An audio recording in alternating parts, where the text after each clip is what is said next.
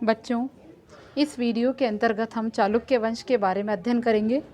चालुक्य वंश और उसके बाद बाह्य आक्रमण, आत्मसातीकरण, हूण, कुषाण और कुषाणों के राजा कनिष्क का शासन भी हम पढ़ते हैं। तो आइए शुरू करते हैं। सबसे पहले चालुक्य वंश। अब तक आपने सुना है कि चालुक्य वंश के राजा का नाम मैंने आपको बताया, पुलकेशन द्वितीय जो था। पुलकेशन द्वितीय जो था एक पावरफुल राजा है और उसको पल्लवों ने हराया। पल्लवों का युद्ध उसके साथ हुआ। फिर उसके वंशज जो हैं उन्होंने भी पल्लवों के साथ युद्ध किए। इस प्रकार एक राजा दूसरे राजा पर अपना अधिकार करने के लिए युद्ध करता रहा है। ठीक है, लेकिन अब आप पढ़ेंगे चालुक्य वंश की पूरी डिटेल के बारे में। अगर आपने शुरू में ध्यान अच्छे से दिया है तो आपको चालुक्य वंश बहुत आसानी से समझ में आ जाएगा। ठीक है, चालुक्य वंशी पुलकेशन प्रथम ने अश्वमेध यज्ञ किया था। पुलकेशन प्रथम ने अश्वमेध यज्ञ किया था और चालुक्यों ने पल्लवों की राजधानी, आपको पता है चालुक्यों की राजधानी वातापी थी, जिसे पल्लवों ने छीन लिया और बाद में वापस चालुक्यों ने पल्लवों पर अधिकार किया और इनकी राजधानी, पल्लवों की राजधानी कांची को चालुक्यों ने अपना अधीन कर लिया था। ये पढ़ चुके हैं आप। तो अब देखिए, वातापी के चालुक्यों के 13 वर्षों के व्यवधान को छोड़कर वातापी चालुक्यों की राजधानी है और वातापी के चालुक्यों का 13 वर्षों के व्यवधान 642 से 655 ईसा पूर्व को छोड़कर 550 ईस्वी से 757 ईस्वी तक शासन किया है चालुक्यों के राजाओं ने। पुलकेशन प्रथम ने किया। ठीक है, चालुक्य नरेशों में चौथा पुलकेशन द्वितीय सबसे अधिक प्रख्यात रहा है। देखो, ये चालुक्यों में पुलकेशन प्रथम, पुलकेशन द्वितीय, पुलकेशन तृतीय और पुलकेशन चौथा। तो चौथा जो पुलकेशन था वो सबसे ज़्यादा प्रसिद्ध राजा रहा है। उसने 608 में शासन ग्रहण किया था। 608 में शासन ग्रहण किया। उसका राज्य विस्तार उत्तर में नर्मदा से लेकर दक्षिण में कावेरी नदी तक था। ठीक है, आप ये इस प्रकार से आइडिया लगा सकते हैं कि उत्तर में नर्मदा, ये नर्मदा यहाँ पर है, उत्तर में नर्मदा से नीचे यहाँ पर कावेरी। तो उत्तर में नर्मदा से नीचे कावेरी तक इसने अपना शासन चलाया है, यानी पूरे दक्षिण भारत पर इसने अपना अधिकार कर रखा था पुलकेशन द्वितीय, जो कि चौथा राजा था। ठीक है, 642 ईस्वी में वह पल्लव नरेश, आपने पढ़ लिया था ऊपर कि पल्लव नरेश नरसिंह वर्मा द्वारा, तो पल्लव नरेश नरसिंह वर्मन जो था उसने अपने पिता महेंद्र वर्मा का बदला चालुक्य राजा पुलकेशन द्वितीय से लिया था और पुलकेशन द्वितीय को हरा दिया और उसकी राजधानी वातापी पर अपना अधिकार पल्लव राजा नरसिंह वर्मन ने कर लिया। ठीक है, फिर पुलकेशन प्रथम का पुत्र अपने पिता का बदला लेने के लिए आया, तो पुलकेशन के पुत्र विक्रमादित्य प्रथम ने वापस पल्लवों के राजाओं से युद्ध किया और पल्लव राजाओं को हराकर उनके साम्राज्य को ख़त्म करके चालुक्य शक्ति फिर से पुनः प्रतिष्ठापित करी। यानी विक्रमादित्य जो था पुलकेशन का बेटा, उसने चालुक्यों की शक्ति को पुनः प्रतिष्ठित किया। चालुक्य नरेश विक्रमादित्य द्वितीय ने 963 में राष्ट्रकूट राजाओं को हराया और राष्ट्रकूटों की राजधानी है कल्याणी। उस कल्याणी को चालुक्य नरेश विक्रमादित्य ने अपनी राजधानी बनाई और एक नए चालुक्य साम्राज्य की स्थापना की। समझ में आया आपको? चालुक्यों का राजा कौन है? विक्रमादित्य द्वितीय। चालुक्य नरेश विक्रमादित्य ने, ध्यान से सुन लीजिए, चालुक्य नरेश विक्रमादित्य द्वितीय ने 973 ईस्वी में राष्ट्रकूटों के राजा को हराया और राष्ट्रकूटों की राजधानी है कल्याणी, उसको अपनी राजधानी बनाया। किसने? विक्रमादित्य द्वितीय चालुक्य राजा ने, और एक नए चालुक्य राज्य की स्थापना की। ये नया राज्य 973 से 1200 ईस्वी तक सत्तासीन रहा है। कल्याणी के इस राष्ट्रकूटों की राजधानी थी कल्याणी, जिसे चालुक्यों के राजा ने जीत लिया और अपनी राजधानी बना ली। कल्याणी के इस चालुक्य राज्य का एक लंबे अरसे तक तंजौर के चोल वंशी शासकों से संघर्ष चला। यानी इससे पहले राष्ट्रकूटों का जो युद्ध था वो चोल वंशी राजाओं से चल रहा था और अब जो है राष्ट्रकूटों पर चालुक्यों का अधिकार हो गया है। कल्याणी पर चालुक्यों का अधिकार हो गया है। समझ में आया आपको? फिर देखिए, सत्याश्रय नामक चालुक्य राजा को चोल नरेश राजराज ने हराया। सत्याश्रय नामक चालुक्य राजा को चोल नरेश राजराज ने हराया। चालुक्य सोमेश्वर प्रथम ने अपना अपमान का बदला लेने के लिए केवल चोल नरेश राजाधिराज को कोपम के युद्ध में करारी हार देकर लिया, वरन इस युद्ध में राजाधिराज का वध भी कर लिया, जो कि आप पढ़ चुके हैं। ये राजाधिराज वही है, चोल राजा राजेंद्र प्रथम का बेटा। जिसे कोपम के युद्ध में हराया और मार डाला था। फिर इसके बेटे आए और उन्होंने भी वापस चालुक्यों से युद्ध करके और अपने पिता का बदला लिया था। सातवें नरेश विक्रमादित्य छठे ने विक्रमांक के नाम से विख्यात था। पल्लव की राजधानी कांची पर अधिकार किया। उसके अलावा आपको याद होगा प्रसिद्ध कवि विल्हण को भी इस विक्रमांक षष्ठ ने अपने राज्य में संरक्षण दिया था। विल्हण ने विक्रमांक के जीवन पर आधारित विक्रमांक देव चरित्र नामक ग्रंथ लिखा। इम्पोर्टेंट है ये, ध्यान रखना। विक्रमादित्य के जीवन पर विक्रमांक देव चरित नामक ग्रंथ लिखा। फिर उसके बाद आपको पता है कि चालुक्यों की पहले राजधानी वातापी रही है और राष्ट्रकूटों को जीतकर उनकी राजधानी कल्याणी पर भी चालुक्यों ने अधिकार कर लिया। तो चालुक्य नरेशों ने हिंदू होने पर भी बौद्ध और जैन धर्म को भी अपने यहाँ आश्रय दिया। चालुक्य राजाओं ने अनेक मंदिरों का निर्माण कराया। उसके अलावा एक इम्पॉर्टेंट लाइन और आई है, याज्ञवल्क्य स्मृति लिखी है। 6 स्मृतियाँ हैं जिसमें याज्ञवल्क्य स्मृति है।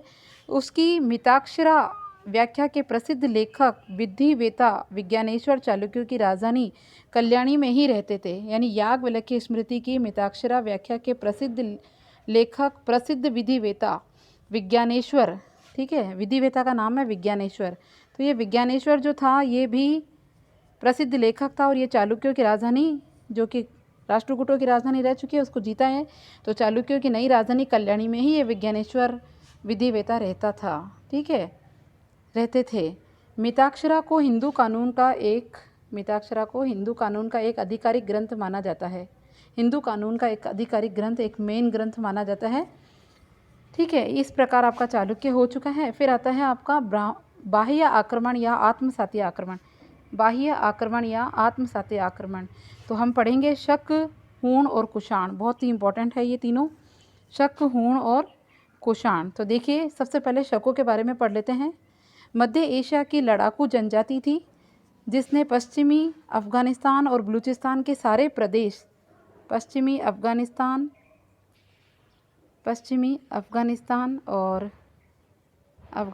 बलूचिस्तान के सारे प्रदेश पर अधिकार कर लिया था। किसने? शकों ने। शक कौन है? मध्य एशिया की एक लड़ाकू जनजाति है। इन्होंने पश्चिमी अफगानिस्तान बलूचिस्तान के सारे प्रदेशों पर अधिकार कर लिया। यहाँ से जो शक जाति के लोग हैं वो बोलन दर्रा है आपका, और इस बोलन दर्रे से होकर लगभग 71 ईसा पूर्व में भारत आए थे ये लोग। ये शक कहाँ से आए? बोलन दर्रे को पार करके इन्होंने अफगानिस्तान, क्योंकि मध्य एशिया की लड़ाकू जनजाति है, अफगानिस्तान और बलूचिस्तान पर जीत लिए। उसके बाद ये जो शक है वो बोलन दर्रे से होकर गुजरकर 71 ईसा पूर्व में भारत में आए। और इनके बारे में हमारे महाकाव्य हैं रामायण और महाभारत, उसमें लिखा हुआ है कि शक बस्तियों को कम्बोजों और यवनों के साथ रखा गया था। शक बस्तियों को कम्बोजों और यवनों के साथ रखा गया। फिर एक कालकाचार्य है, कालकाचार्य कथानक है। कालकाचार्य कथानक में भारत पर शकों के आक्रमण का उल्लेख मिलता है कि शकों ने भारत पर आक्रमण किया है। इसके बारे में हमें कालकाचार्य कथानक में उल्लेख मिलता है। क्या उल्लेख मिलता है? जिसमें इन शकों को सगकुल कहा गया। सगकुल का मतलब है शक कुल, ठीक है। तो कालकाचार्य कथानक में भारत पर शकों के आक्रमण का उल्लेख मिलता है जिसमें उन्हें सगकुल या शककुल कहा गया। सिंधु प्रदेश को जीतकर उन्होंने सौराष्ट्र में शक शासन की स्थापना की थी। सिंधु प्रदेश को जीतकर उन्होंने सौराष्ट्र में शक शासन की स्थापना की। उसके बाद देखिए आप मुद्राओं और लेखों से स्पष्ट है कि इनकी एक शाखा, मुद्राओं मतलब सिक्कों पर लिखा हुआ है। शक जाति के लोगों ने भी अपने सिक्के चलाए और लेख भी लिखे। इन मुद्राओं लेखों से पता चलता है कि शक जाति की एक शाखा तो उत्तरापथ की ओर गई और मथुरा में अपना आधिपत्य स्थापित कर लिया। बाद में वे अवंती, सौराष्ट्र और महाराष्ट्र में भी फैल गए। तो इस प्रकार अवंती, उज्जैन, सौराष्ट्र, गुजरात और महाराष्ट्र में ये शक जाति के लोग चारों तरफ फैल गए और उत्तरापथ और मथुरा में भी इन्होंने अपना आधिपत्य स्थापित किया। ऐसा मुद्राओं और लेखों से पता चलता है, ठीक है। फिर देखिए तक्षशिला में शक शासकों में इम्पोर्टेंट है, तक्षशिला के जो शक शासक हैं अफगानिस्तान, ठीक है, अफगानिस्तान की राजधानी, और तक्षशिला काबुल है और तक्षशिला गांधार में है। गांधार का महाजनपद है, उसमें तक्षशिला आता है, आपको पता है, विश्वविद्यालय भी बना हुआ है। तो शकों में मावेज और एजेज, ये दो शक जाति के राजा है, शक राजा है ये मावेज और एजेज तक्षशिला के। तक्षशिला में शक शक्ति का विनाश पल्लवों द्वारा हुआ। मतलब तक्षशिला में जो ये शक जाति के लोग हैं मावेज एजेज, इनका विनाश पल्लवों ने किया। ठीक है। हमामश और हगान ये मथुरा के शक क्षत्रप थे। हमामश और हगान मथुरा के प्रारंभिक शक क्षत्रप थे। ये मथुरा से प्राप्त सिंह शीर्षक लेख में बाद के शक शासक राजबुल को महाक्षत्रप कहा गया। ध्यान रखेंगे आप, मथुरा से एक लेख प्राप्त हुआ है, लेख का नाम है सिंह शीर्षक लेख। इस लेख में शक शासक राजबुल को महाक्षत्रप कहा गया। शकों का राजा है राजबुल और इस राजबुल को महाक्षत्रप कहा गया। ठीक है, सबसे बड़ा था ये। मथुरा के शकों ने पूर्वी पंजाब तक अपनी सीमा का विस्तार कर लिया और मथुरा में शक शक्ति का विनाश किसके द्वारा हुआ है? मथुरा में शक शक्ति का विनाश कुषाणों ने करा। तक्षशिला में शक शक्ति का विनाश पल्लवों द्वारा हुआ। याद रहेगा।